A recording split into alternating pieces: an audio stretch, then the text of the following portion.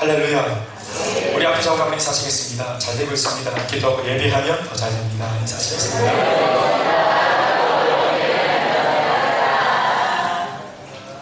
파란 많은 삶을 살고 있는 야곱의 우리 이야기를 읽었습니다. 야곱의 이야기 중에서 아주 참 인상 깊은 한 대목의 말씀을 읽었습니다. 야곱 말씀 읽을 때마다 참 내 인생이 야곱같이 않기를 기도하게 되는 그런 입장이 생깁니다. 왜냐하면 야곱이 참 인생이 정말로 말처럼 파란만장했기 때문에 그렇습니다.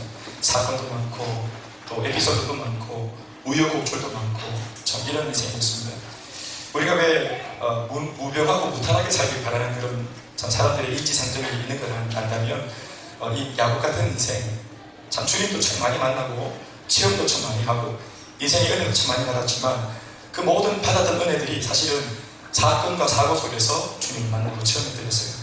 우리가 정말 어떤 면에서 기도할 때는 사건 사고 없이 주님 만나도 좋으니까 사건 사고 없이 그냥 좀 무난하게 무탈하게 살았습니다. 꼭 병에 걸리고 병원 끝에 가서 떨어지고 할 때 좀 잡아주시고 머리카락 지대기고 이래가지고 그래야 되나 그냥 좀 안 떨어지고 좀 병이 안 걸리고 또 사고 없이 이렇게 좀 무난하게 살면 참 좋겠는데 하나님께서 우리 인생을 보실 때 그렇게 하면은 뭔가 우리가 참 교만하기 쉽고 또 나태하기 쉽고 양극단으로 지다를 위험이 크기 때문에 그렇게 힘든 것 같습니다.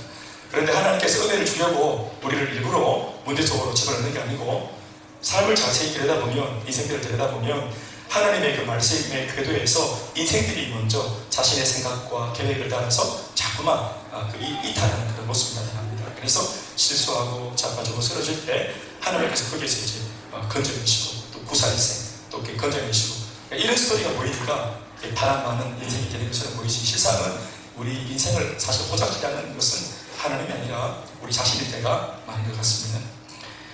우리가 오늘 읽은 말씀은 야곱의 이야기 중에서 사실 야곱의 이야기가 하도 참 사건들이 많아가지고 이것이 특별히 대단한 사건이라고 말하기 좀 민망할 정도로 진짜 상황을 쳤을 사람이 특별히 내 인생에 이제까지 살면서 앞으로는 안 알겠지만 이제까지 살면서 신앙이 제대로 안 세워져 있는 바람에 사건, 사고가 많았다.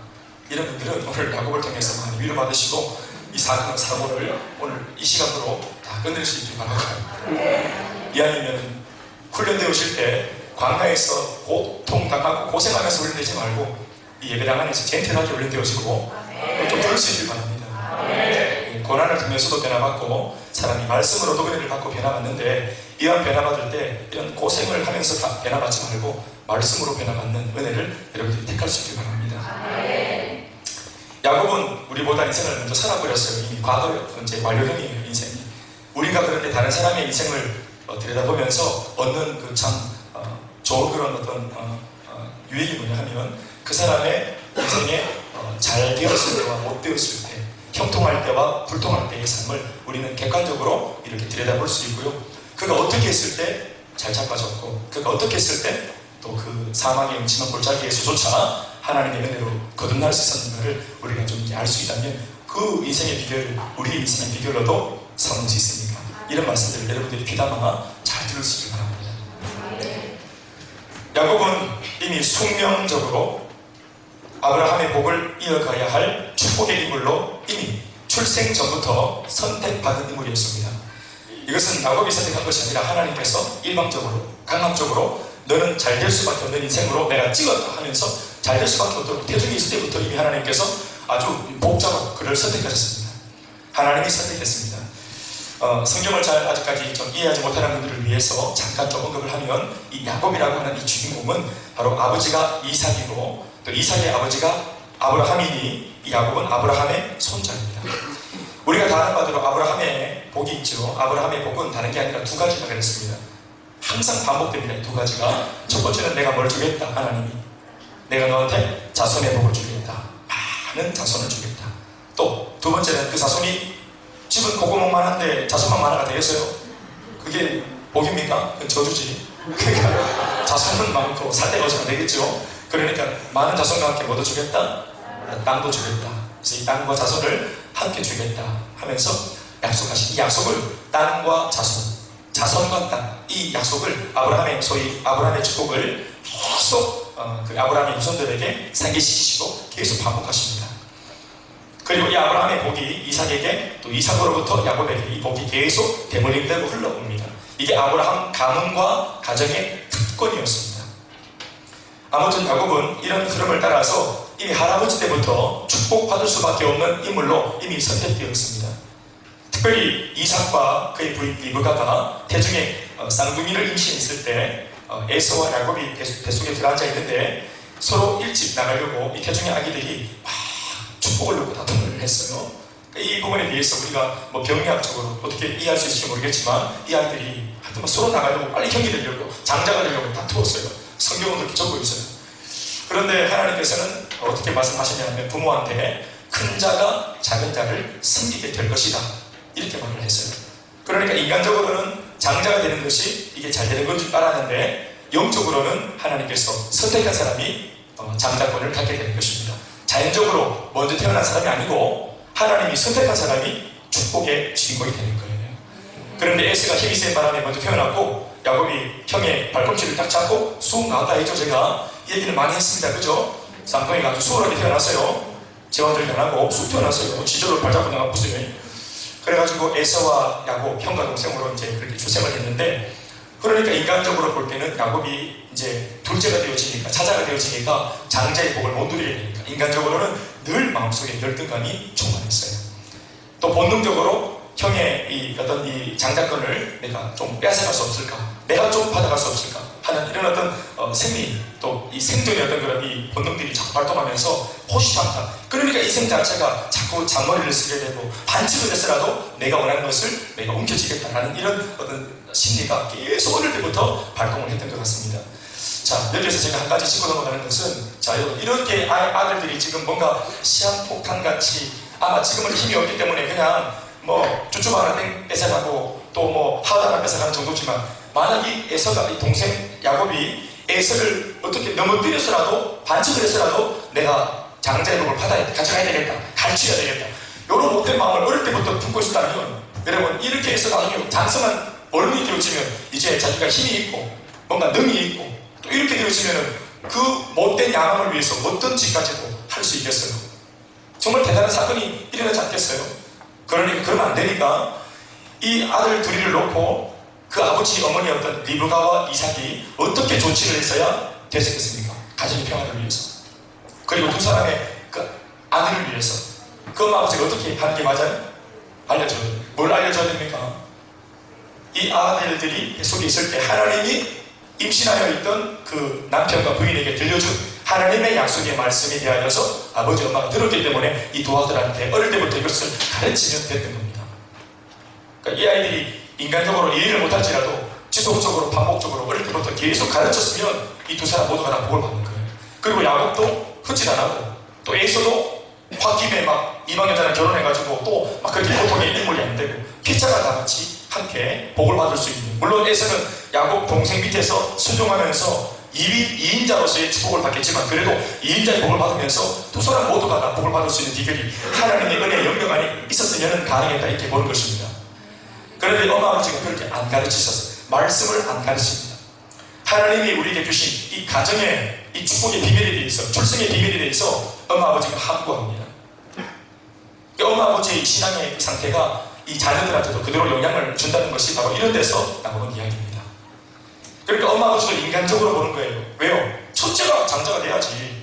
또 게다가 힘도 세고 사냥도 잘하고 그리고 뭔가 야곱에 비해서 우월해 보이니까 이렇게 우월하고 뭔가 열등한 야곱은 그냥 앉아있고 뭐 좀 사랑이 같고 터프해 보이고 대단해 보이는 실력이 좋은 뭔가 이런 친구가 장자가 되어야 우리 집도 살고 가문도 살겠다 이런 인간적인 마음이 있었으니까 하나님의 말씀을 자신의 생각을 역행해서 가르치지를 못했다는 말입니다. 아무튼 그 바람에 야곱은 본의 아니게 자기가 복된 자로 이미 태어났다는 사실을 알지 못한 거로 끊임없이 야망을 위해 반칙하여 들었습니다. 아브라함을 따라 또 그 아비 이삭을 따라 야곱이 가나안 땅에 뿌리를 내리고 가나안 땅의 진정한 주인이 야곱 되었어야 했습니다. 그런데 야곱은 에서를 속이면서까지 그렇게 인간적인 방법으로 주인이 되고자 했고 또 자신의 아비 이삭도 속이고 여러 가지 편법과 반칙으로 죄를 짓게 되게 이르렀습니다. 그리고 그 죄를 짓는 바람에 생존을 위해서 부득이하게 가나안 땅을 등지고 도망길에 올라야 했습니다. 아브라함에게 준 이 가나안, 이삭에게 준 이 땅 가나안, 야곱도 이 땅을 거머쥐고 있어야 되고 이 땅에 뿌리를 받고 있었어야 되는데 아버지가 이 말을 네가 복자다, 네가 장자다 영적으로 이 말을 안 해주는 바람에 괜히 죄를 짓고 범죄하는 바람에 속은 에서 형이 속은 게 분해가지고 이 동생을 죽이려고 되는 바람에 할 수 없어서 가나안 땅을 등지고 도망을 가야 했다는 말입니다.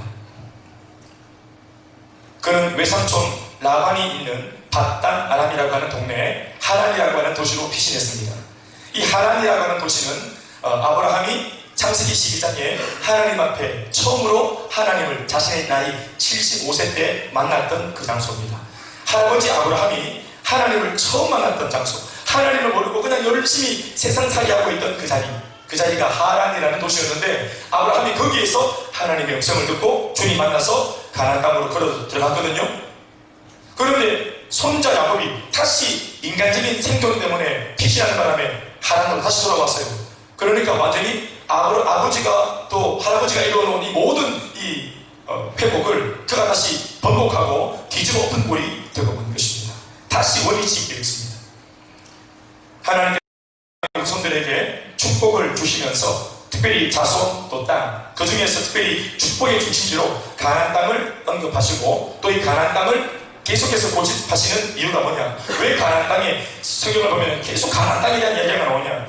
여러분, 이 가나안 땅이 다른 게 아니고 바로 이 가나안 땅이 우리 신약 성경에서 보면은 예수님이 탄생했던 예루살렘, 또 베델, 또 세계, 또 요단강, 또 갈릴리 지역, 가버나움 지역, 예수님이 태어났고 예수님이 활동했던 그 이스라엘 신약에서 보면 유대 땅, 그 전 지역이 바로 가나안 땅입니다.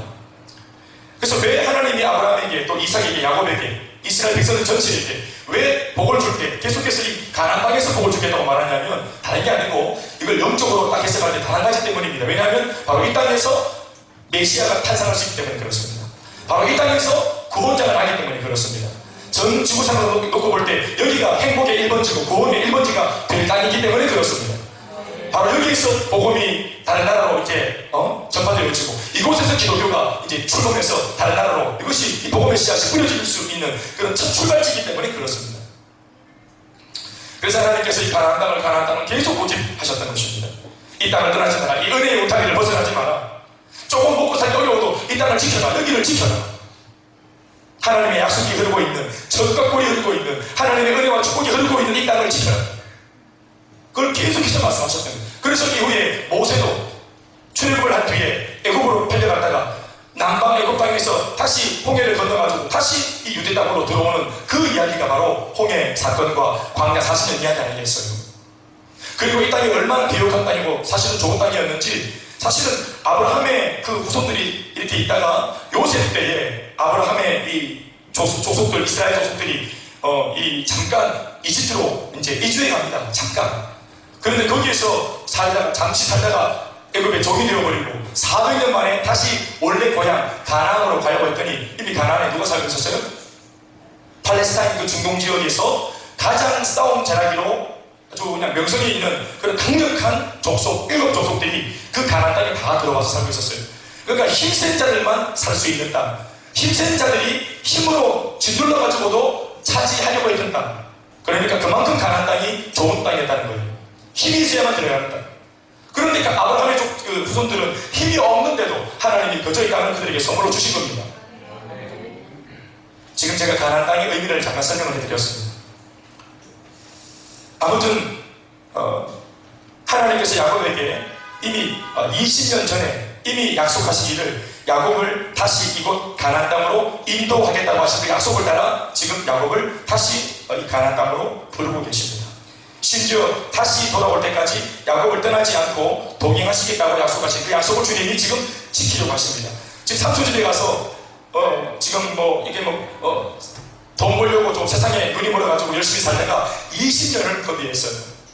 물론 거기에서 아내도 둘이나 먹고 또 요정도 둘이나 얻어서 사실은 지금으로 말하면 이제 철의 개념인데 4명의 부인을 얻어가지고 자녀들도 막 12명씩 놓고 그래서 굉장히 참 많은 것을 이룬 그런 20년이었지만 아무튼 20년은 가나안을 떠나서 자기 혼자 잘 먹고 잘 살았던 20년이었습니다. 그리고 지금 하나님께서 야곱을 다시 이제 삼촌과 이별하고 에서에게로 에서가 있는 가나안 땅으로 불러들이고 있습니다. 이유는 단 한 가지입니다. 아브라함의 축복을 이 땅에서 야곱에게 주기 위해서 불러드립니다. 사실은 여러분 들어보십시오.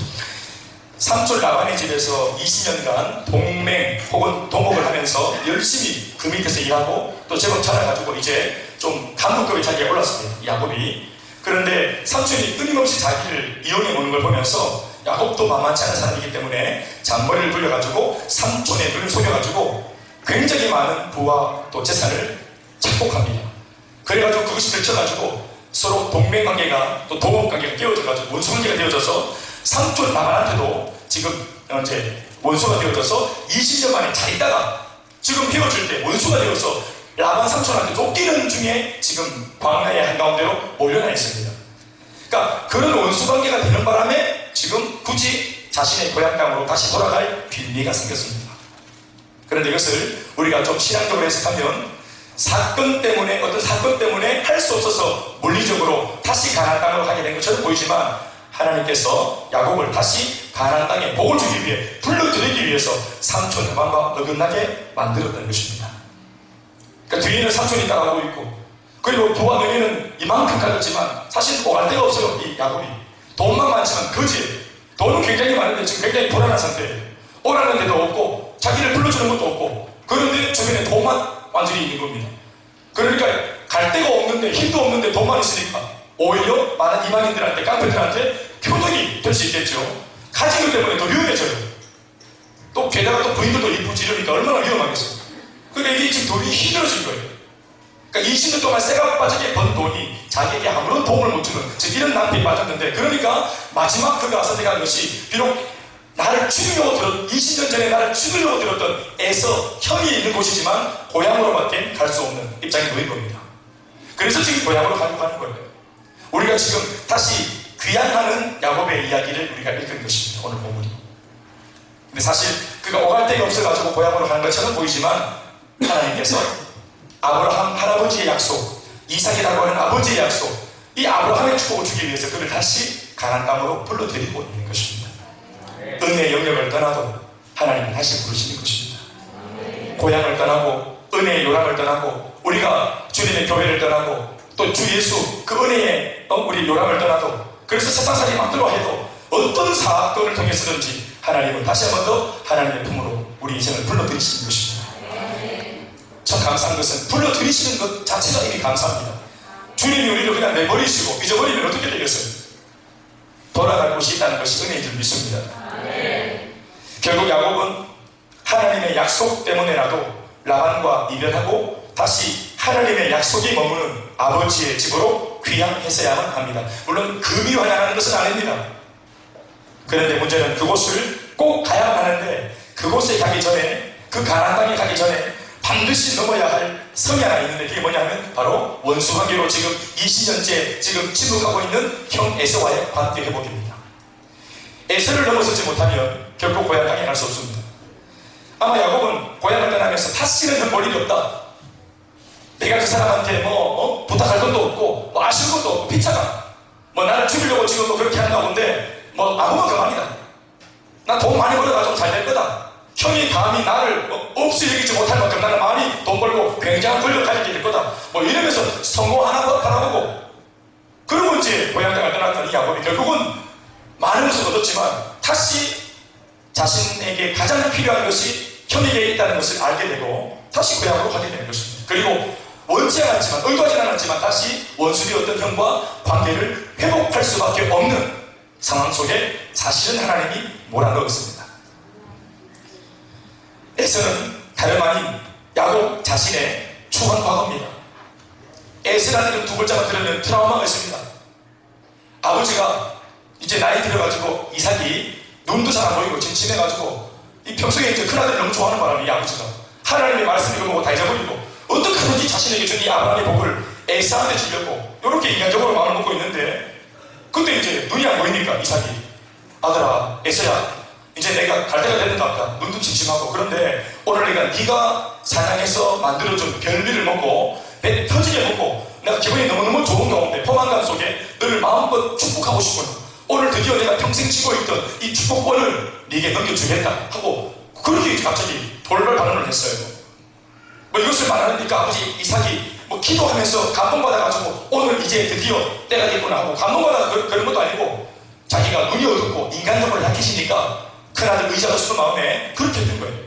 그래서 뭔가 큰아들한테 잘 보여가지고 이 아들 덕을 보려는 어떤 노림수를 가지고 이 아버지가 축복을 넘겨주려는 그런 타이밍을 잡았단 말이에요. 그러니까 이삭이 말년에 얼마나 신앙적으로 다운이 됐는가 보세요. 그것을 또 부엌에서 귀 동양으로 듣고 있던 부인 리브가가, 또 리브가는 야곱을 좋아했거든요. 둘째 아들. 그래서 이 야곱한테 이 사실을 다 알려가지고 몸에 양털을 붙이고 목소리 변조해서 최초의 성대모사인 거 아시죠? 보이스피싱. 최초의 보이스피싱해서 그래가 아버지 방에 들어가서 눈도 안 보이니까 우리 아버지 저 애송입니다. 축복 주세요. 이거 아버지 좋아하는 양을 잡아왔습니다. 먹는데 이막 뱉어지게 먹고 막 너무 알다하니까 막 트름을 극극히 사면서 계속 축복한 거예요. 있는 복 없는 복을 다 둘째가 다 보셔보세요. 이 사실을 알고 에서가 열받아가지고 이 동생을 죽이려고 든 겁니다. 또 아버지도 상처받고 그래서 도망갔던 거예요. 이야기가. 이 상처가 그냥 뭐 속여가지고 돈 좀 얻어간 거 이게 아니에요. 보증 섰다가 그거 뭐 뒤통수 치기 준거 아닙니까? 하나님께서 이 가정과 가문에 대대로 내려주시는 이 가정의 가보를 가르친 거예요. 그렇게 얼마나 이게 속상한 일이 됐어요. 그러니까 에서 그러면 그 덩치 크고 사냥 잘하고 터프한 에서한테 나는 완전히 지금 죽었다. 죽사가 났다. 내 입에 평생 에서라고 하는 이름 두 글자 내 입에 오르내리겠나. 야곱은 정말 다짐을 했는데 오늘 결정적으로 에서를 만나고 가는 겁니다. 아까도 말했지만 에서는 다름 아닌 야곱 자신의 추한 과거입니다. 들추고 싶지 않은 추한 과거. 그런 면에서 우리 모두에게 이런 에서 사건이 없는지 모르겠습니다. 신문지로 덮어놓고 있는 에서 사건, 들키면 큰일 나는 거. 우리 신혼 첫날 밤 아내한테도 말하지 않던 비밀 이야기, 남편한테도 말하지 못했던 비밀 이야기, 계속 말하면 안 됩니다, 여러분. 그러나 하나님은 그 문제에 대해서 언급을 하십니다. 이 에서 언제까지 덮어놓을래 하십니다. 왜냐하면 그가 장차 아브라함의 복을 누려야 될 축복의 주인공이기 때문에 그렇습니다. 하나님은 복을 주실 때 그렇게 야매로 주기 원치 않습니다. 그런 사이드 방법으로 주기 원치 않습니다. 하나님이 오노주 마물의 왕이고 황제이신데 하나님이 반칙으로 뒷구멍으로 그렇게 복 줄 필요 없습니다. 하나님 당당하게 복 주기 원하십니다. 그래서 이런 반칙으로 눈 가리고 이렇게 복을 주기 원치 않으셔서 야곱을 지금 떳떳한 자리로 부르기 원하시는 것입니다. 이 시절이 지났지만 지금도 자신의 삶에 발목을 잡고 있는 현재 진행형의 문제입니다. 에서의 문제. 축복과 참 평안과 참 안식이 눈앞에 있지만, 고향이 눈앞에 있지만 그것을 다 누리기 위해서는 반드시 에서의 문제가 해결되어야만 합니다. 물론 야곱이 이런 영적인 이유 때문에 귀향을 결심한 것은 아닙니다. 다리 갈 곳이 없어서 간 겁니다. 아무튼 야곱은 에서를 만나기로 결단합니다. 이것은 결코 쉬운 일이 아닙니다. 그러나 해보기로 야곱은 결단을 했다는 것이 귀한 것입니다. 그럴 때 그 결단을 돕기 위해서 하나님께서도 하나님의 군대를 파견해서 하나님의 사람이 비록 약해서 잘 못할지라도 하겠다고 마음을 먹고 결단을 할 때 그를 돕기 위해서 하나님의 군대를 파견하시는 것입니다. 오늘 하나님의 군대가 야곱이 형한테로 가려고 딱 핸들을 돌려가지고 딱 마음먹는 그 첫 걸음을 떼는 순간 그가 제일 먼저 경험한 것이 뭐냐면 오늘 말씀도 적고 있지만 바로 하나님의 군대를 경험합니다.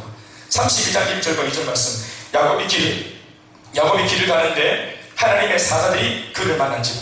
야곱이 그들을 볼 때에 이르기를 이는 하나님의 군대라 하고 그 땅 이름을 마하나임이라 되었더라. 하나님의 군대를 본 겁니다. 여러분, 우리가 한 번씩 군 부대가 있는 그 동네에 사는 분들은 포항은 해병대가 있고 또 강화도에도 해병대가 있고 또 포천이나 이런 데 보면은 또 파주 이런 데 보면은 포병들이 있고 그 지역 사람들은 여러분 폭탄이 떨어지고 포가 터지는 그런 거 익숙합니다.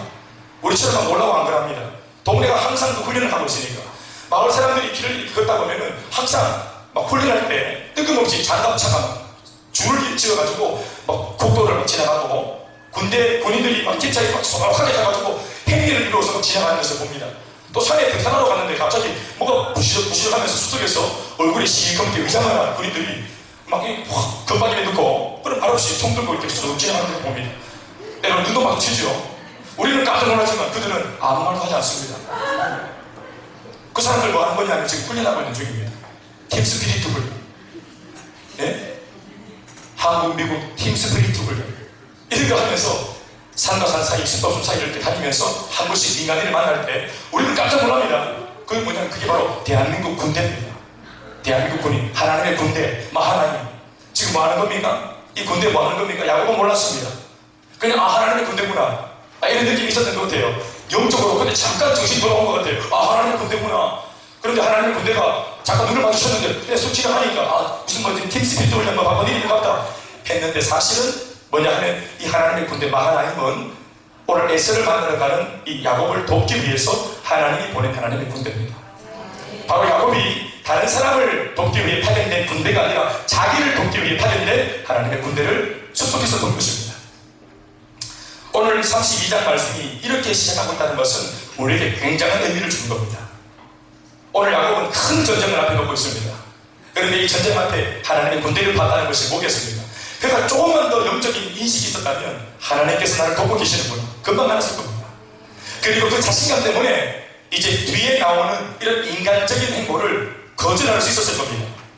인간적인 방법, 인간적인 계략, 이런 것들을 거절할 수 있었을 겁니다. 내 마음속에 스멀스멀 올라오는 이 수많은 이런 본능적인 욕구들, 이런 것들을 전부 다 거절하고 사람 의지하지 않고 돈 의지하지 않는 그런 영적 비결을, 하나님의 군대를 딱 보는 순간 깨달을 수 있었을 것입니다. 그러나 그런 영적인 안목이 없었습니다. 그러나 중요한 것은 이 본문이 야곱이 몰랐을지라도 이 본문에 하나님의 군대 이야기가 왜 적혀 있을까요? 오늘 독자인 우리들에게 주는 지상과 큰 거죠. 우리가 어떤 일을 결단할 때도 하나님 먼저 군대를 파견하시고 우리를 도우려 하십니다. 천군과 천사를 보내시고 우리를 애고사 보호하시고 우리보다 먼저 앞서 하나님의 군대를 그 장소에 그곳에 파견하시는 줄 믿습니다. 마하나임, 나를 돕고자 하시는 하나님의 군대입니다. 하나님께서 야곱에게 보내신 호위무사입니다. 그러나 이를 알 일 없는 야곱은 단지 인간적인 계획으로 에서를 만나기 위한 준비를 합니다.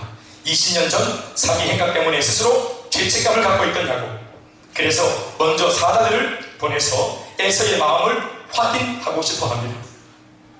20년째 나는 지금 불안한데 나와 똑같이 에서도 20년째 야곱 그러면서 벽에다가 야곱 사진 붙여놓고 막 칼로 찌르고 바늘로 찌르고 이러고 있는지, 아직까지도 나를 막 향하여 서 그런 분노를 가지고 있는지, 어떤지 한 20년 지났으니까 잊어먹었는지 이거 확인하고 싶어 하는 것입니다.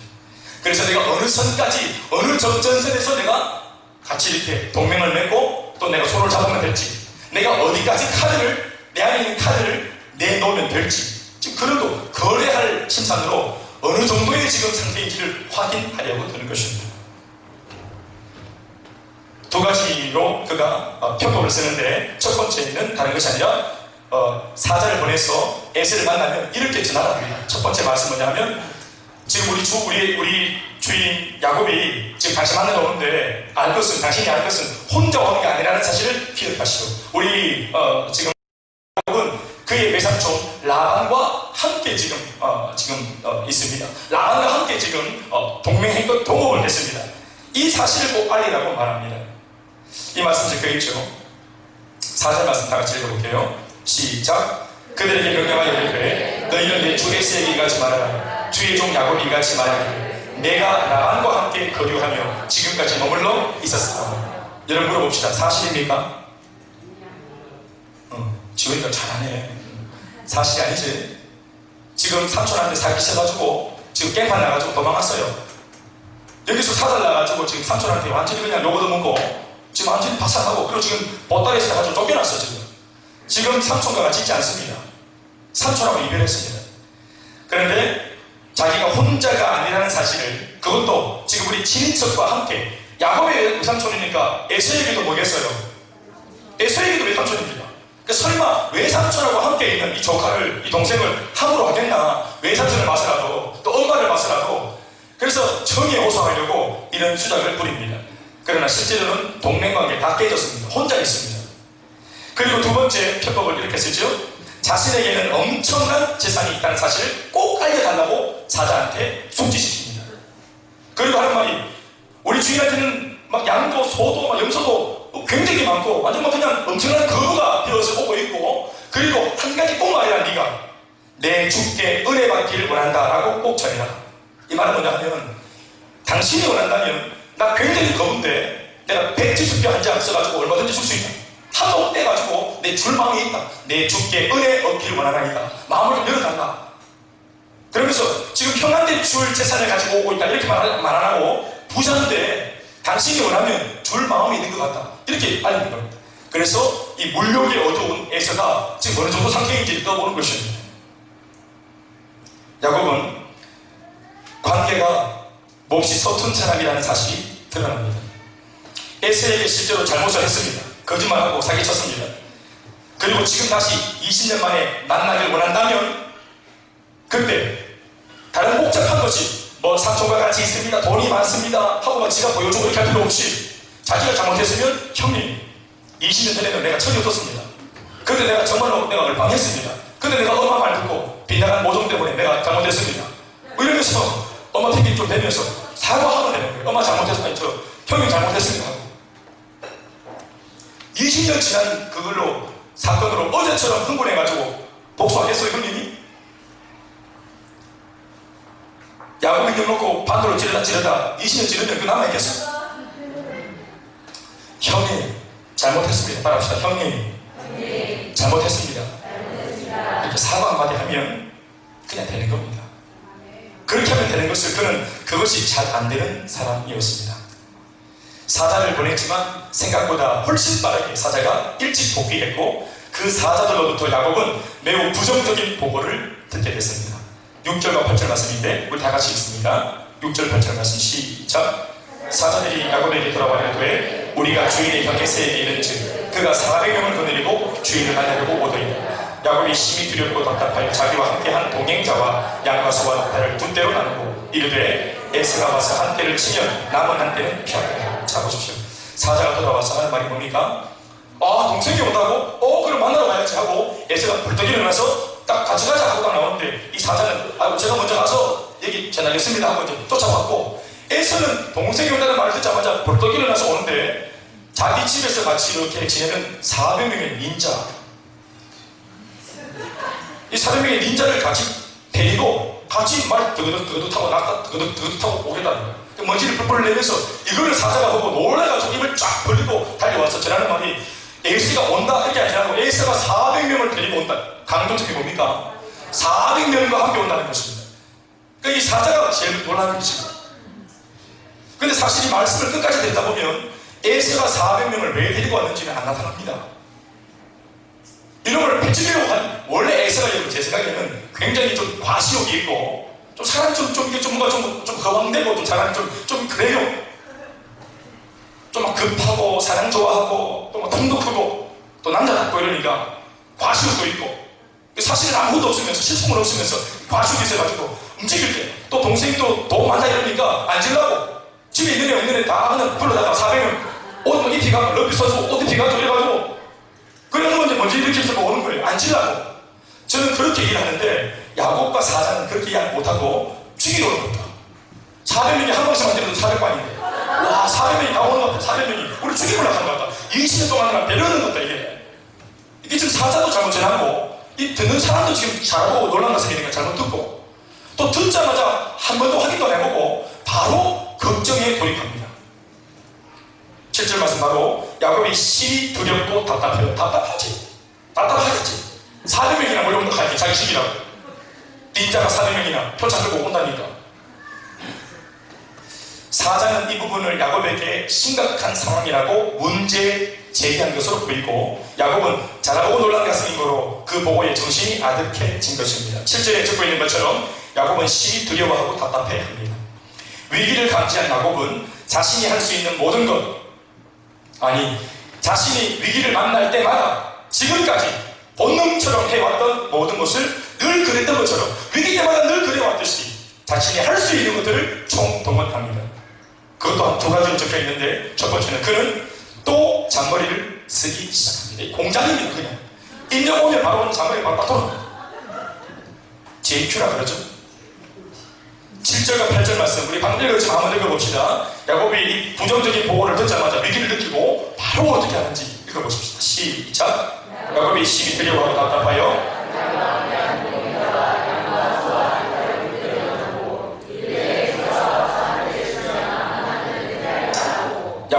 이런 상황에서도 재산의 절반은 건져야 되겠다 하는 이 물욕을 놓지 못합니다. 지금 목숨의 위협을 받는데 이게 바로 돌아가는 것이, 아이고 20년 동안 번 재산 어떡하노? 반은 건져야 되겠다. 사형 선고를 지금 받은 것과 같다고 친다면 사형 선고를 받았음에도 그에게는 아직도 여전히 재산이 중요하고 소유가 중요했던 것입니다. 이제까지 그의 그 잔머리 때문에 평생을 누군가와 원수가 되고 그 잔머리 때문에 또 그를 피해 쫓기는 신세가 되어 지금까지도 이렇게 깁지에서 떠돌이 생활을 하고 있으면서도 그놈의 그 잔난 잔머리 때문에 순간은 모면할지 모르겠지만 그 순간 모면했던 그 잔머리 때문에 사랑과 원수가 되어지고 평생 돈은 많지만 떠돌이 신세 되어지는 지금 이 꼴을 당하고 있는 중에도 또 잔머리가 돌아가고 어떻게 하든지 내 소유를 지키겠다는 마음이 그 속에서 작동을 하고 있습니다. 아직도 그는 정신 차리지 못하고 이제껏 살아왔고 자신의 삶의 패턴을 놓지 않으려고 합니다. 두 대로 나누고 에서가 한 대를 치면 다른 한 대를 챙기려고 합니다. 에서와 사백인이 치면 또 자기를 죽이려고 오는 것이 기정사실이 아직까지 확인 안 되었음에도 불구하고 자신은 이렇게까지 말하는 것을 봐서 이것을 이미 기정사실로 확정하고 있습니다. 아직 확인되지 않은 상황입니다. 더 알아봐야 합니다. 그러나 지은 죄가 있으니까 이게 이제 머릿속에서 더 빠르게 이쪽의 생각이 이제 발전하는 것입니다. 지은 죄가 있으니까, 찔리는 것이 있으니까 이게 더 빠르게, 형이 나한테 400명 데리고 와서 화해하자 하겠나, 나를 죽이려고 하는 거다. 이게 자기 속에 캥기는 것이 있고 지은 죄가 있으니까 상황을 제대로 판단하지 못하는 것입니다. 죄가 있으면, 우리 속에 영적인 어둠이 있으면 상황을 제대로 판단하지 못합니다. 그리고 두 번째, 두 대로 나누겠다 하고는 자머리를 쓰고, 두 번째는 이제 신앙의 사람이기 때문에 신앙의 사람답게 기도합니다. 9절과 11절 말씀입니다. 이 말씀도 한번 읽어보시겠습니다.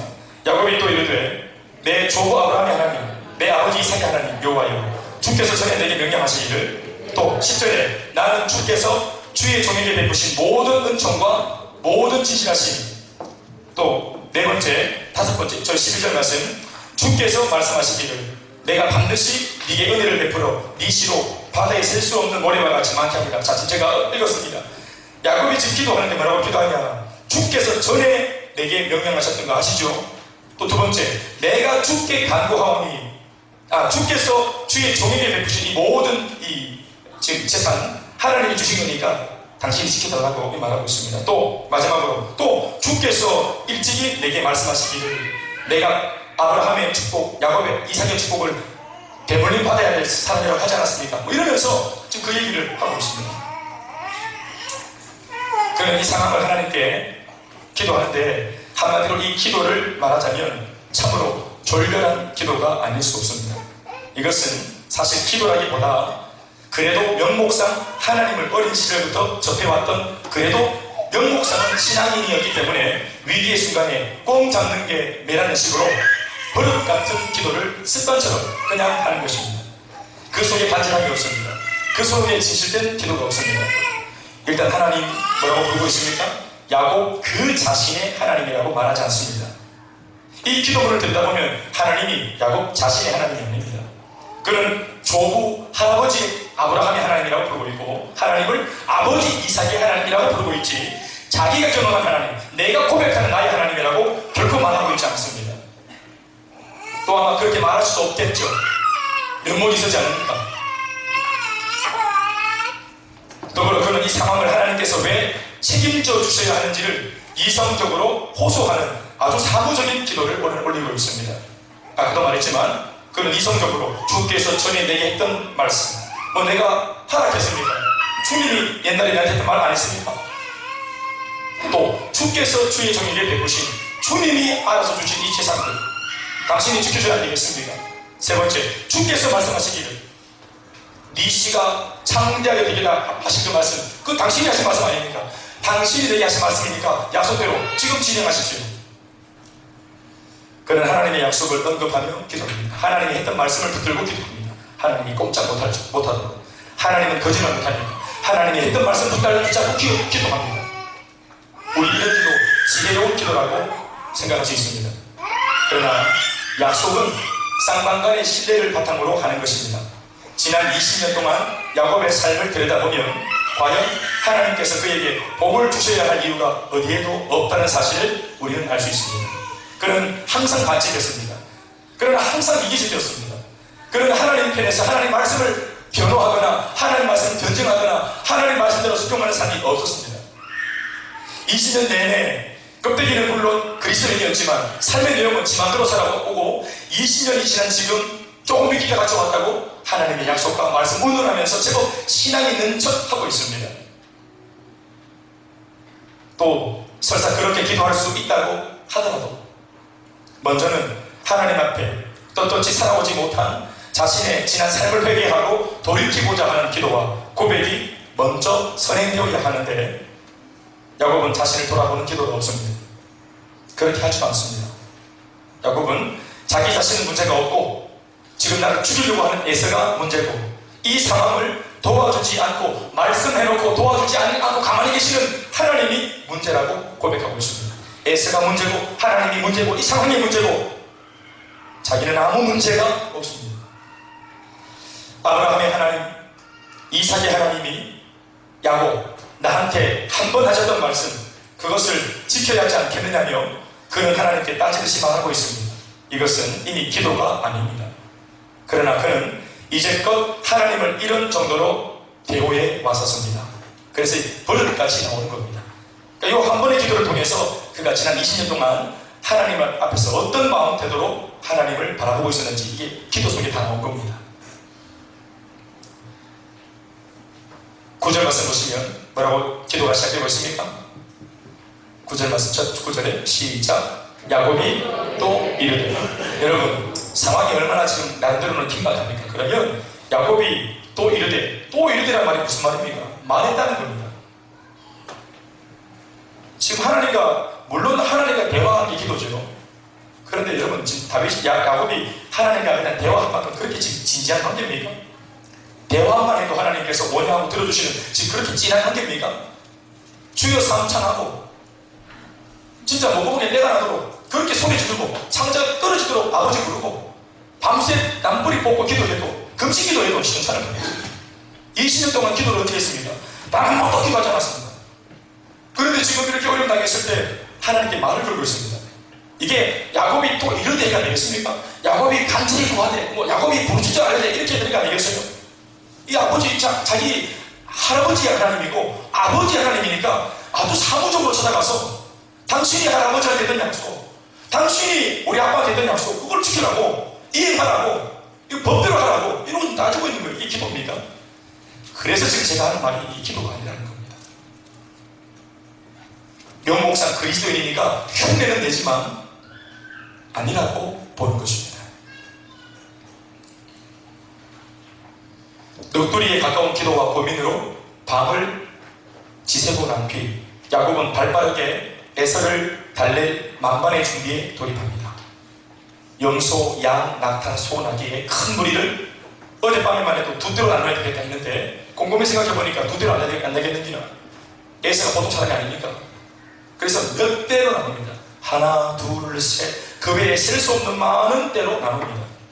그래서 에서에게 줄 예물을 사실은 예물이 아니라 뇌물을 준비합니다. 야곱은 지난 20년간 외삼촌 라반의 집에서 생고생을 하며 또 거짓말을 하며 술수를 부리며 수작을 부리며 그렇게 반칙으로 벌어들인 이 많은 재산을 단 하나 이제 자신의 목숨을 구걸하기 위해서 연명하기 위해서 지금 이 순간 그 재산의 전부를 내놓고 있습니다. 이것이 바로 인생의 어리석음입니다.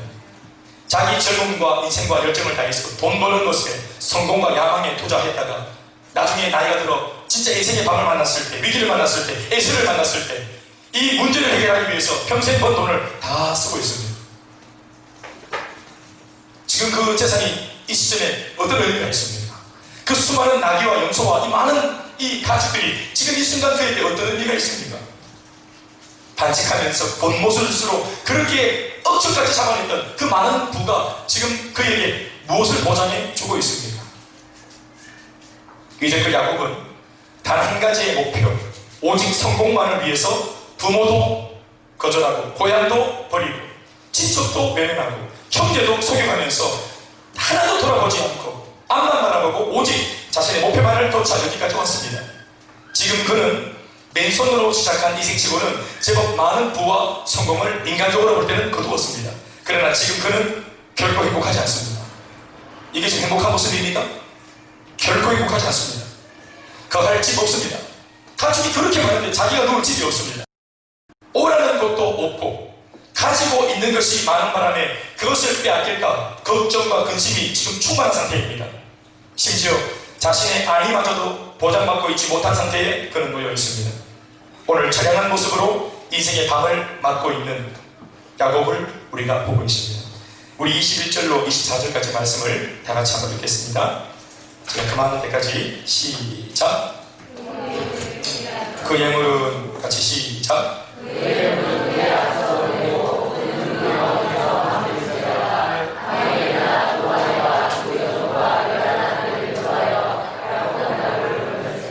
그들을 인도하여 시내를 건너가게 하며 그의 소유도 건너가게 하고, 그리고 24절 말씀 초반에 야곱은 홀로 남았더니, 자, 이게 참 기가 막힌 표현이죠. 이게 이제 사실이지만 이것을 기록한 모세가 아주 문학적으로 잘 이렇게 적어놓은 겁니다. 야곱은 홀로 남았더니. 드라마 페이가 그려지죠. 몇 대로 나눠놓고 만반에 자기가 할 수 있는 준비를 다 했습니다. 이제 첫째 날 보내고 둘째 날 지금 밤을 보내고 있고 내일 만납니다. 셋째 날 이제 만납니다. 둘째 날 밤은 잠을 못 이룹니다. 만반의 준비, 자기가 할 수 있는 것은 다 했습니다. 지금 총동원했습니다. 나의 노하우, 내가 할 수 있는 모든 것 다 동원하고, 그리고 딱 누웠는데 잠이 안 옵니다. 이거로도 직성이 안 걸리는 거예요. 이 두려움이라고 하는 것이 이게 얼마나 강한가 하면 내 딸이 준비해도 이것으로 안 되겠다는 마음이 계속 들어오는 거예요. 내 인생을 위해서 뭔가 더 준비해야 될 것 같고, 내 인생과 내 아내를 위해, 내 자매를 위해, 내 노후를 위해 뭔가 더 준비를 해야 될 것 같고, 뭔가 더 화려한 것을 준비해야 될 것 같은 이런 불안증이 잠 못 이루게 합니다. 이렇게 거부가 되었는데도 잠 못 이룹니다. 즉 다른 아이디어도 없습니다. 누구도 자기에게 지금 권면할 사람도 없습니다. 아이디어를 아무도 못 줍니다. 이것은 야곱 혼자만의 전쟁입니다. 그리고 밤에 자려고 딱 누웠는데, 말씀과 알겠지만 21절 말씀, 밤을 지내다가 22절에 밤에 일어납니다. 못 참니다. 그래서 밤을 하얗게 세우며 그 밤에 도저히 안 되겠다 싶어가지고 자기 처자식을 먼저 야복강으로 다 건너보냅니다. 야복강은 이제 요단강의 한 줄기인데, 이게 요단강은 위에서 밑으로 이렇게 나 있는데, 그러는데 야복강은 요단강 한 줄기로서 가로로 이렇게 흐르는 강인데, 이게 이제 건너오는 겁니다. 야복강을 건너야만 이 가나안 땅에 들어설 수 있거든요. 그 야복강, 이 마지막 강. 또 사실 이 강은 그렇게 깊은 강이 아니에요. 넓은 강도 아니고 또라입니다. 그냥 신천입니다. 이걸 이제 그냥 이렇게 누구의 도움 없이 자기가 이렇게 자고 있는 처자식 깨워가지고 보냈습니다. 웃기고 있어요. 처자식은 잠 못 자다는 기록이 없어요. 남편만 베란다에 앉아가지고 담배 피우고 앉아요. 밤에 불안해가지고. 처자식은 코골고 자고 있었어요. 여기 다 깨워가지고 보냈거든요. 이게 뭐냐면 자기 생각입니다. 자기 생각. 자기 외에 다수는 이미 잠들어 있고 평안한 밤을 보내고 있는데, 이제 시댁으로 간다 이러면서, 꿈에 그리는 시댁으로 간다 이러면서 가고 있는데, 본인만 지금 이 불안증에 지금 몸서리치고 있습니다. 그리고 다 보내고 그리고 진짜 혼자 남았습니다. 이게 이제 오늘 말씀의 하이라이트면서 이제 우리 마지막 우리에게 좀 교훈입니다. 여러분, 결국 이겁니다. 하나님께서 야곱에게 원하시는 모습이 뭐냐? 아목의 회사 사장 김대현이 아니고, 아목의 뱀은 원장 아목이가 홍길동이 아닌 김대현이가 아니고, 어느 대학교 교수 아목의 김대현 교수가 아니고, 근수마게선 교회 김대현 목사가 아니고, 셀리더 아목이가 아니고, 국장 아목이도 아니고, 우리가 가지고 있는 화려했던, 제법 박수받고 주목받았던 화려했던 모든 세상적인 강토와 이력이 다 떨어져 나가고, 아니 떨어져 나갈 수밖에 없게 만들어 놓고, 하나님께서 지독히 외롭고 고독한 그 인생의 밤에 혼자 그 밤을 맞이하도록 만들어 놓는 것입니다.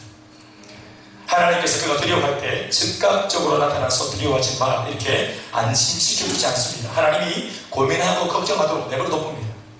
그리고 그래, 야곱 네가 이 문제를 놓고, 이 상황을 놓고 사실은 설레발 치는 건데, 뭐 착각이든 설레발이든 그래 한번 해봐라 하고 하나님 보고 계신데, 이 사람이 막 양과 소를 막 몇 대나 나누고 계획을 프로젝트 A, 프로젝트 B 해가 뭐 혼자 막 쇼를 하고 막 또 밑에 종들을 훈련시키고 막 난리가 나고 잠 못 자고 혼자 막 생쇼를 다 하고, 그걸 하나님께서 다 보고 있는 거예요. 뭡니까 그거? 살라고 몸부림치는 지렁이거든요.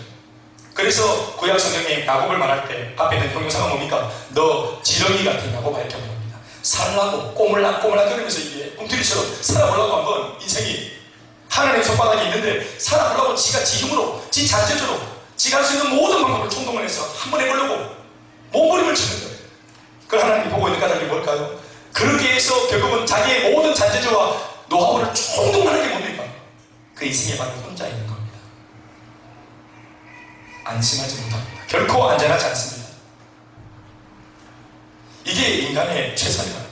그걸 하나님께서 야곱에게 이걸 보여주고 계시는 겁니다. 네 멋대로 한번 해봐라. 그래, 네 힘으로, 네 능으로 한번 해봐라 했는데, 그 야밤에 다 버리고 혼자. 이게 야곱의 원래 현주소입니다. 이게 야곱입니다. 이때까지 자기가 가졌던 그 많은 감투와 그 배경들은 뭐예요? 전부 다 원래는 자기 것이 아니었는데 자기가 속여서 반칙해서 어그지기로 가지고 있던 것이었습니다. 이걸 다 이 털 다 뽑고, 거짓된 털 다 뽑고, 까마귀, 원래는 공장 아니었어요. 털 다 뽑으니까 까마귀, 이소부화처럼 까마귀, 이 까마귀, 지렁이라고. 이게 야곱의 원래 이름입니다. 하나님께서 우리를 이따금씩 이렇게 사람도 곁에 없게, 돈도 소중히 없게, 나를 도와줄 수 있는 진정의 부모도 없게, 나의 직근 중에서 아무도 나와 마음을 함께 공유하지 못하도록 철저한 고독 속에 우리를 혼자 두실 때가 있습니다. 인생의 밤이 찾아올 때, 전화 한 통 할 때도 없고, 도와달라고 사람들이 부탁할 만한 사람, 내가 능이 있고 돈이 있고 빽이 있을 때는 그렇게 내 주변에 막 사람들이 많았는데, 내가 이렇게 초라해지고 나니까 내 주변에 아무도 없는 그 절대 고독 속에 하나님이 우리를 두실 때가 있습니다. 역으로 말하면 바로 그 순간이 바로 우리 하나님 아버지를 내가 이제 일대일로 만나는 순간입니다. 이제 더 이상 할아버지의 하나님이 아니고 우리 아버지의 하나님이 아니고 카드라 하면서 전해 들었던 하나님이 아니라 내가 내 인생에서 하나님을 인격적으로 나의 하나님으로 만나려고 하는 바로 그 시점입니다. 우리는 이 야곱의 이야기를 통해서 우리에게 혹시나 그런 순간이 있을 때 우리가 결코 그걸 무서워하거나 두려워하지 않을 수 있는 그런 비결을 이 말씀에서 찾을 수 있길 바랍니다. 세상의 소리가 그치면 그때 하나님의 소리가 들립니다. 사람들의 그 많은 소리들, 칭찬들, 격려들, 그 영적으로 볼 때는 이렇게 노이즈인데 그 노이즈, 그 잡음이 다 그치고 나면 그때 하나님의 진짜 음성이 들립니다. 그 음성 들어야 합니다. 야곱이 혼자 가만히 있는데 갑자기 주변에서 부시러 인기척이 났습니다. 그 인기척이 뭐냐 하면 바로 32장 첫 번째 우리가 말씀드렸던 마하나임입니다. 마하나임, 여호와의 군대 천사가 이 야곱을 돕기 위해 혼자였습니다. 이 천사는 계속 따라오고 있었는데, 사실 이 천사들은 군대가 뒤에 완전무장하고 천사가 군대를 이루어서 마하나임 군대가 계속 따라오고 있었는데 천사의 소리가 안 들렸어요. 왜? 그때는 막 염소 소리, 양 소리, 마누라 보채고 또 울고 또 종들이 보고하고 먼지나고 이 복잡한 소리가 있을 때 또 자기 머릿속에 얼마나 많은 소리들이 들렸겠습니까? 이랬으면 좋겠다, 저랬으면 좋겠다, 수많은 생각들. 그런데 이 모든 생각들이 있었을 때 그때 함께 있던 이 여호와의 군대의 소리가 안 들리고 인기척이 안 느껴지다가 이 모든 것이 다 끝나고 혼자 딱 남았을 때, 모든 소리가 딱 끝났을 때 그때 갑자기 자기도 모르게 뒤에서 부시럭 하는 소리가 딱 감지가 된 겁니다. 이게 누구의 소리입니까? 마하나임, 하나님의 군대의 소리입니다. 우리가 이 너와 함께 있다. 아멘이십니까? 그런데 그때 이는 영적인 아무도 없으니까 순간적으로 깜짝 놀라서 어떤 사람이 자기를 죽이려고 하는 줄 알고 갑자기 돌아서 그 천사 멱살을 확 잡았어. 24절 말씀, 야곱은 홀로 남았더니 어떤 사람이 아니고 마하나임이에요. 어떤 사람이 날이 새도록 야곱과 씨름하다가, 여러분 이 사람이 천사가 씨름을 건 게 아닙니다. 도와주러 왔는데 야곱이 멱살을 잡았습니다. 야곱이 사파를 잡았습니다. 그리고 갑자기 막 막 이제 막 시련이 들어온 겁니다. 시련. 그 버티고 뒤집고 막 안달이 후리고 홈이 걸고 또 막 잡치고 이러면서 계속 기술을 넣는 겁니다. 25절 5절 말씀에 자기가 야곱을 이기지 못했다 이렇게 말했는데 천사도 야곱을 못 이기고 야곱도 천사를 못 이기고 서로 팽팽하게 박빙의 승부를 펼친 겁니다. 밤새도록 어둠 속에서 누군지 모르니까 이렇게 막 힘겨루기를 했는데 사실 이 씨름은 진짜로 허리를 잡고 씨름을 했다고 하기보다는 이제 이걸 추석을 하자면 이것은 이제 호세아에 있는 말씀으로 추석을 하면 호세아 저 뒤에 12장 3절 말씀 보면은 어떻게 되어 있냐면 야곱은 야복 강가에서 간절한 상황에서 하나님의 천사를 부여잡고 혹은 하나님을 부여잡고 간절히 기도했다라고 이 씨름은 기도로 표현합니다. 호세아가 이 부분을 이제 주석을 했죠. 이 씨름은 기도입니다.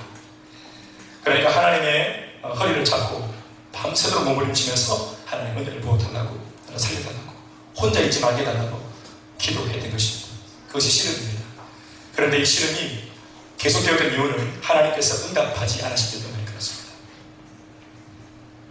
그러는 중에 야곱 안에 있는 못된 기질들, 또 힘들, 또 인간적인 에너지들 이런 것들이 다 소진되어지고 탈진하게 되는 것입니다. 사실은 탈진했는데도 야곱이 끝끝내 악으로 까고 이 허리를 삿발을 놓아주지 않으니까 날이 딱 셉니다. 날이 딱 새니까 여호와의 사자가 사라져버립니다. 그제서야 이제껏 밤새 자기가 삿발을 잡고 씨름했던 그 존재가 여호와 하나님의 천사 정도가 아니라 바로 하나님 당신 자신이라는 것을 야곱이 인지하게 됩니다. 그리고 하는 말이 내가 이 죄악 가운데 하나님을 대면해 보았으나 죽지 않고 살았다 하면서 하나님께 감사의 기도를 올립니다. 사랑하는 여러분, 야곱이 하나님 앞에 간절히 기도하고 구할 때 그 속에 힘이 딸리지만 악으로 깡으로, 그렇죠. 야곱의 인생의 정신은 악으로 깡으로 정신입니다. 안 되면 되게 하라, 이 군인 정신, 이 밑바닥 정신, 이 헝그리 정신, 이것으로 이때까지 살아왔습니다. 여러분, 인간이, 저는 이 생리학적으로 또 병리학적으로 인간의 힘이 어디서 이렇게 이제 최초로 이제 발원하는가, 저는 잘 모릅니다. 사실은 그런 걸 지식이 없습니다. 그러나 오늘 이 본문을 보니까 이 본문대로 보자면 하나님이 창조하신 인간을 놓고 어딘가 한 군데를 딱 치니까 거기를 딱 치는 순간 이 야곱의 모든 힘이 갑자기 제로 상태가 되어버렸습니다. 야곱은 1%의 가능성만 있어도 몸부림치고 비비고 막 몸부림치는 이런 악과 깡이 있는 그런 친구입니다. 절대로 포기하지 않는 1%의 어떤 가능성만 있어도 절대로 포기하지 않고 몸을 비비는 그런 친구입니다. 그러니까 0이 되어져야, 완전히 제로가 딱 되어져야 그때 손을 딱 놓는 친구입니다. 그런데 인생을 놓고 한 번도 0으로 가본 적이 없습니다. 항상 악으로 까고 몸이 아니라 좀 정신적으로, 이게 이 친구의 비법이었습니다. 그런데 하나님의 천사 하나님께서 씨름하는 중에 어디를 딱 칩니까? 오늘 말씀대로 보시면 25절 말씀 다 같이 시작.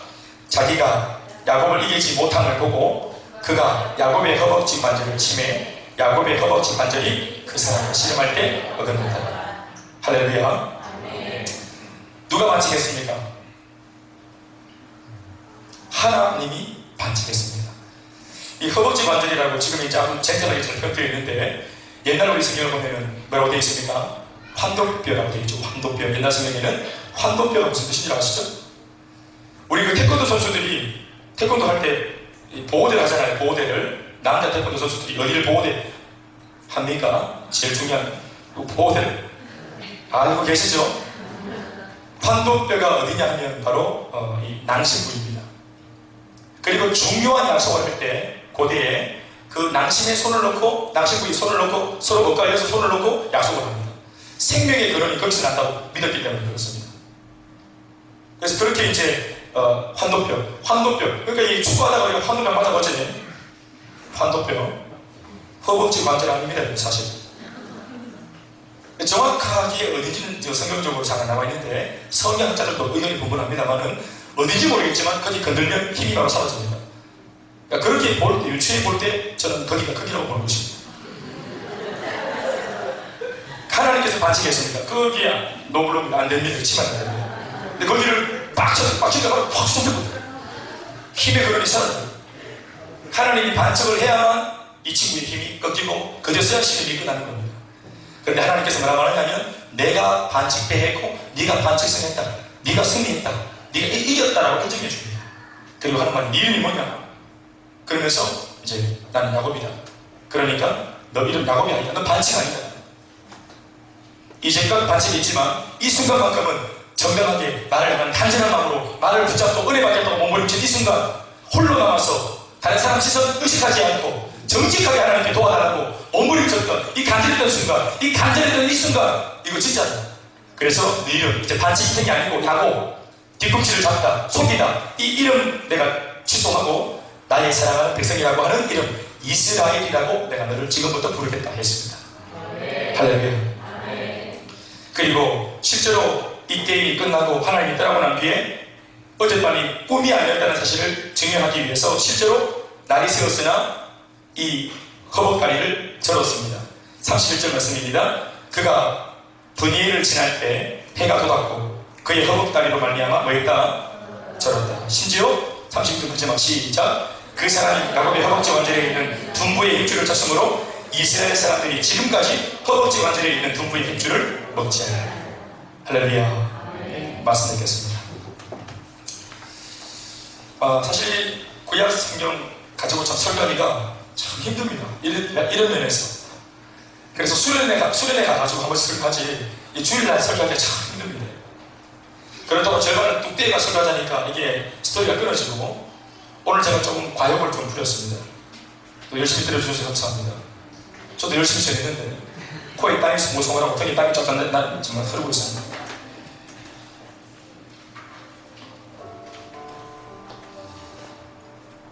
왜냐하면 우리 성도들이 참 인생에 씨름을 하고 있는 분들이 많으니까 환도뼈, 허벅다리 절었습니다.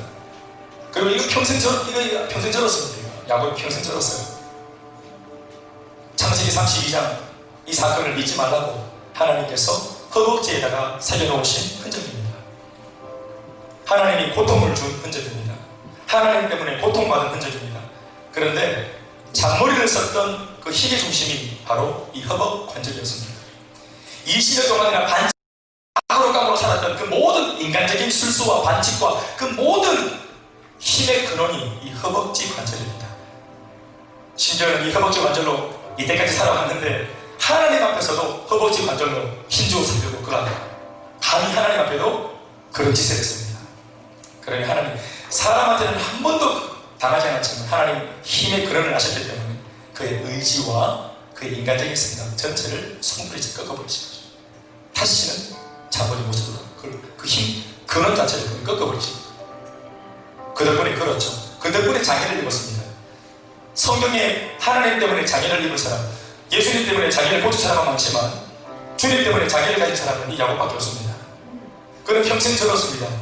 그러나 절면서 그가 비록 건강은 잃었지만 두 다리 중에 한 다리를 잃었지만 그걸 통해서 고집부리는 인생을 종집을 찍을 수 있었습니다. 더 이상 내 생각과 내 힘을 의지하지 않을 수 있게 되어 있습니다. 여인이 되고서야 이제 지렁이처럼 몸부림치는 것을 이제 그만두기로 결정했던 것입니다. 저는 그래서 이 말씀을 놓고 설교를 제목으로 적을 때 허벅지에 새긴 사랑이라 했습니다. 허벅지에 새긴 사랑입니다. 우리의 고난과 내가 당하는 고난 속에 자세히 들여다보면 하나님의 사랑이 거기에 적혀 있습니다. 고난 속에 하나님이 사랑을 새겨놨습니다. 우리 그래야 철들기 때문입니다. 야곱은 자기 인생 처음으로 재론이 걸리고 바로 이 자리에서 브레이크가 걸렸습니다. 그 바람에 하나님을 더 묵상할 수 있게 되었고 세상의 잡음을 멀리하고 주님의 말씀에 초점을 맞출 수 있게 됐습니다. 야곱으로 평생 사는 것보다 다리를 절더라도 이스라엘로 사는 것이 안 낫겠습니까? 거품 인생으로 사는 것보다 거품이 좀 빠져나가더라도 비록 옛날 화려했던 거품이 있었을 때보다는 좀 못해지고 초라해졌지만 이 사실을 우리가 믿음으로 받아들이고 다시 좀 절더라도 다시 시작하면 안 되겠습니까? 저도 여러분들도 절려가더라도 우리가 깨끗하게 온전하게 정당하게 하나님 똑바로 바라보고 걸어갈 수 있는 반칙 없는 우리의 삶과 인생이 되기를 주님의 이름으로 축원합니다. 기도하겠습니다. 우리 오늘 시간에 여러분들 같이 기도하시겠습니다. 허벅지에 새긴 주님의 사랑 역사하시고 내 고집, 내가 의지하고 있는 것들 내려놓고 내가 주인 삼은 것 내려놓고 주님 손에 의지할 수 있도록 역사해 주시옵소서. 우리 함께 그렇게 기도하시겠습니다.